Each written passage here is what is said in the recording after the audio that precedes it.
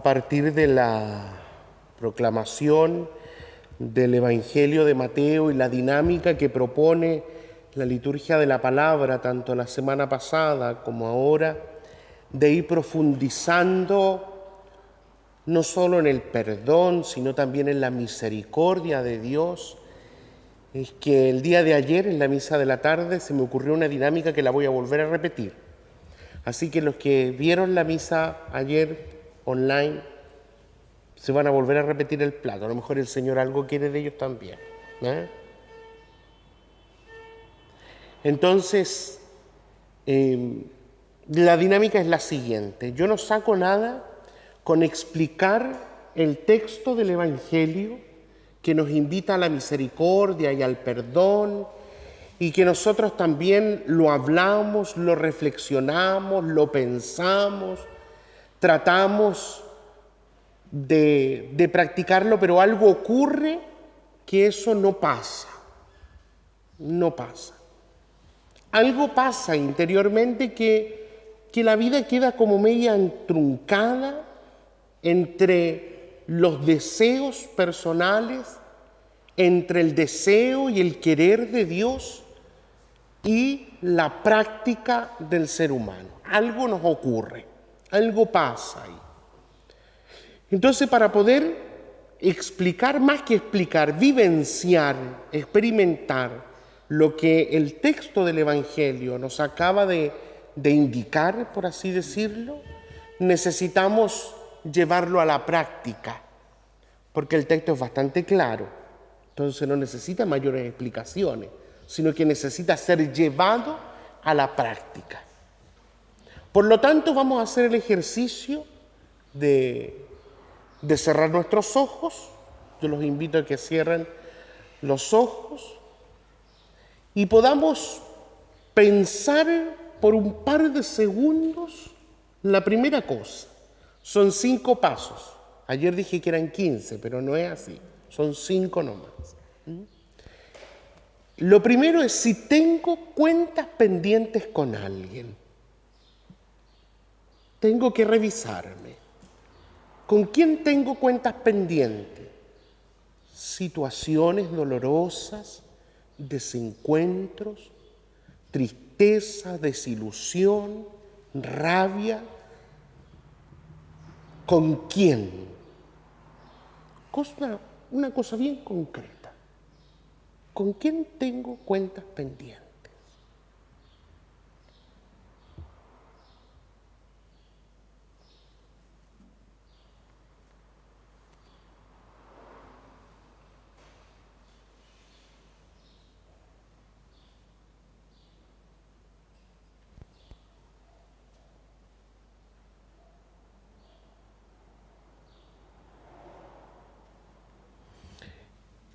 Segundo paso, hay que nivelarlo, sopesar, ¿no? Nosotros acostumbramos a tener la apacible vida de Alaraco, una cosita así la agrandamos. Yo le invito a que le ponga, que lo califique del 1 al 10. Ese desencuentro, esa desilusión, esa rabia, ese malestar, ¿en qué grado está? En el 2, en el 8, en el 10, en el 4. Póngale usted mismo. Mire, ayer también lo dije. Si vino de la casa enojado con el marido, con la señora, o está en la casa peleado con alguien, en este momento no lo ponga dentro de la evaluación porque está que arde la cosa, entonces no se puede evaluar. Hay que esperar que las cosas decanten, ¿no? Estamos pensando en la distancia, ¿no? Lo que yo he pensado, ¿cierto? Lo que creo que esas cuentas pendientes, ¿en qué grado están?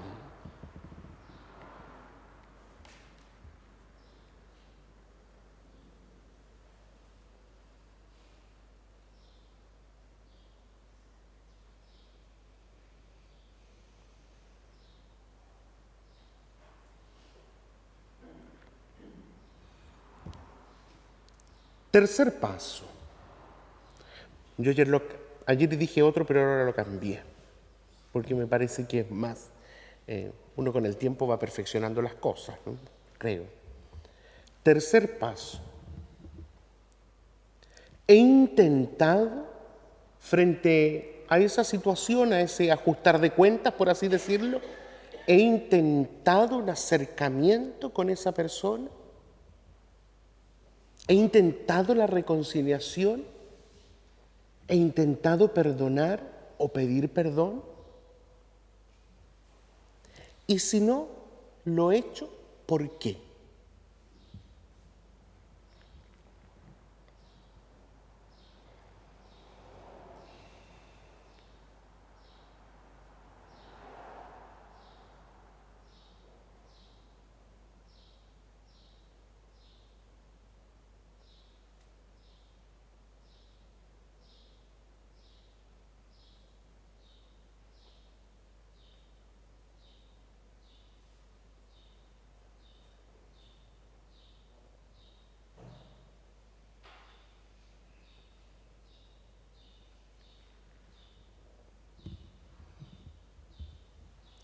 Cuarto paso, penúltimo.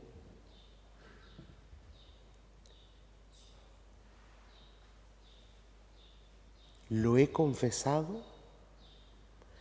Más que en el sacramento de la confesión, lo he dialogado con el Señor.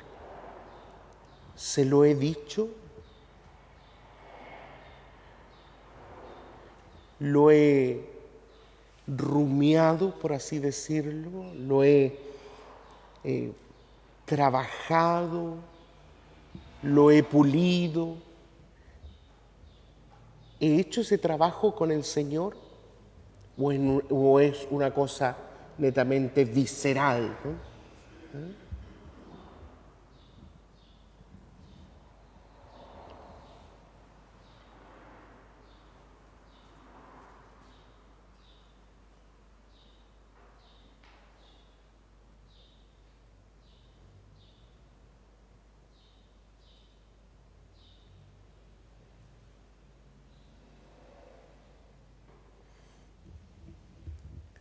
Y un quinto paso,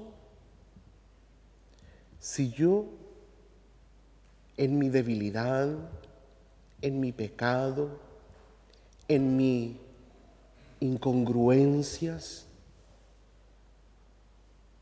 he sentido verdaderamente el perdón de Dios, si lo he experimentado en lo más profundo de mi vida, que me ha llevado a un cambio rotundo. Siempre hay en la vida personal, siempre hay ciertos aspectos en la vida en que uno se siente liberado de la gracia de Dios. Se siente liberado de aquella cosa que te tenía atado, amarrado, y que te quitaba plena libertad para relacionarte con los demás. Me he sentido amado, perdonado profundamente por el Señor.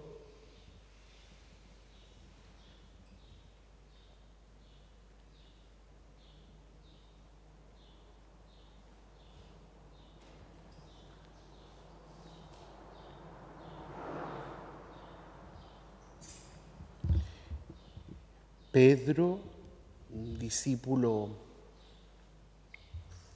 arrebatado, por así decirlo, logra de alguna manera comenzar a adentrarse en la dinámica de Jesús. Logra comprender para dónde va la micro, por así decirlo. Logra visualizar cuál es el propósito de Jesús. Aún así se queda corto. ¿Por qué? Porque él da un paso importante. Pedro entiende que Jesús lo que quiere es que perdonemos siempre. Pero Jesús siempre va más allá. Y ahí es donde nosotros quedamos medio entrampados. Porque el 7 es el número de la perfección, sobre todo en la Sagrada Escritura. Es el número de la perfección. Entonces Pedro le dice, ¿hasta 7 veces? O sea, que hay que perdonar siempre. Jesús le dice, no te digo hasta 7 veces, sino hasta 70 veces 7. O sea, al siempre hay que quitarle, por así decirlo, a ver si me logro explicar, el límite. O sea, es amar sin límites. Es perdonar sin límite. Porque Dios perdona sin límites. No hay nada que Dios no pueda ni quiera perdonar. Nada. Te voy a decir, es que esto Dios no lo perdona. Puede ser que la iglesia, en ciertas circunstancias, sobre todo en el sacramento de la confesión, pone algunos límites. Pero el límite no lo pone la iglesia porque sí. El límite lo pone el penitente cuando no hay verdadero arrepentimiento, ni tampoco hay propósito de enmendar el mal hecho. La iglesia no pone ese límite, lo pone el mismo penitente. Nosotros le ponemos límite al amor de Dios, no Dios. ¿Por qué entonces nosotros tenemos que ponerle límite a amar a los demás, a perdonar a los demás? Es que sí, somos seres humanos, es que nos pasa la cuenta, nuestra debilidad, nuestra fragilidad. Sí, eso es cierto. Eso no es mentira, es verdad. ¿Cuándo yo logro romper esos límites? Cuando verdaderamente yo he logrado en mi vida interior, en mi vida espiritual, en mi vida de fe y también en mi vida exterior, experimentar la profundidad del amor donado de un Dios que no le pone límites a mi propio pecado, a mi propia falta, a mis propias incongruencias. Dios no le pone límite para que yo me pueda arrepentir y me vuelva a amar, besar, abrazar, poner anillo en el dedo, como en el texto de Lucas y el regreso del hijo pródigo, ¿no? Y hacer fiesta. Dios no pone límite. ¿Por qué nosotros sí?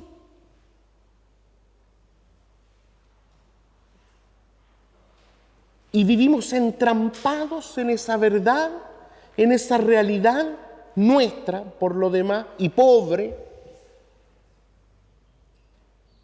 de que nosotros tenemos que, el discípulo, el seguidor de Jesús, no puede decir a quién perdono y a quién no. Yo no puedo decirlo. Tengo que dar pie a que dentro de mi seguimiento al Señor, al Maestro, me sienta libre y pueda perdonar. Algunos también pasan al otro lado, ¿no? Y una cosa es ser, porque dicen, este es tonto porque perdona todo, ¿no? Este es pájaro, ¿no? Porque aguanta. No se trata de aguantar. Se trata de ir por la vida con la libertad de los hijos de Dios. Cuando lleguemos arriba, eso espero. Pues ya sabía, pues. Yo espero llegar arriba, ¿no? Cuando lleguemos arriba, el Señor no me va a preguntar qué es lo que el otro me hizo para que yo no haya perdonado. Porque el Señor ya lo sabe. El Señor me va a preguntar si yo tuve la capacidad de perdonar o no. Al otro le preguntará las embarradas que se mandó en su vida. A mí lo que me corresponde, cuando me han hecho el mal, cuando me han hecho daño, cuando me han difamado, me han tratado mal, a mí lo que me corresponde es perdonar. Ay, pero perdonar porque perdonar, no, porque la exigencia máxima del seguidor de Jesucristo es el amor. No hay nada más. Esa es la exigencia máxima, saber amar. Y el que no perdona, no ama. Tan simple como eso.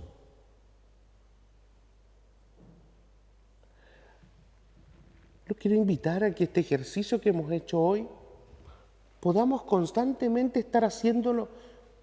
Usted lo va modificando, ¿no? Es un método que yo inventé durante la semana para preparar la prédica, ¿no? Pero no se trata que haga paso a paso lo que yo les he invitado a que hagamos, sino que podamos tener nuestras propias prácticas personales, interiores, para reconocer el amor de Dios. Usted podrá venir a confesarse todas las semanas, una vez al mes, porque no fue a la misa del domingo, porque hizo esto otro. Pero si hay rencor dentro de usted y no logra experimentar el verdadero perdón de Dios, todo queda en lo superficial.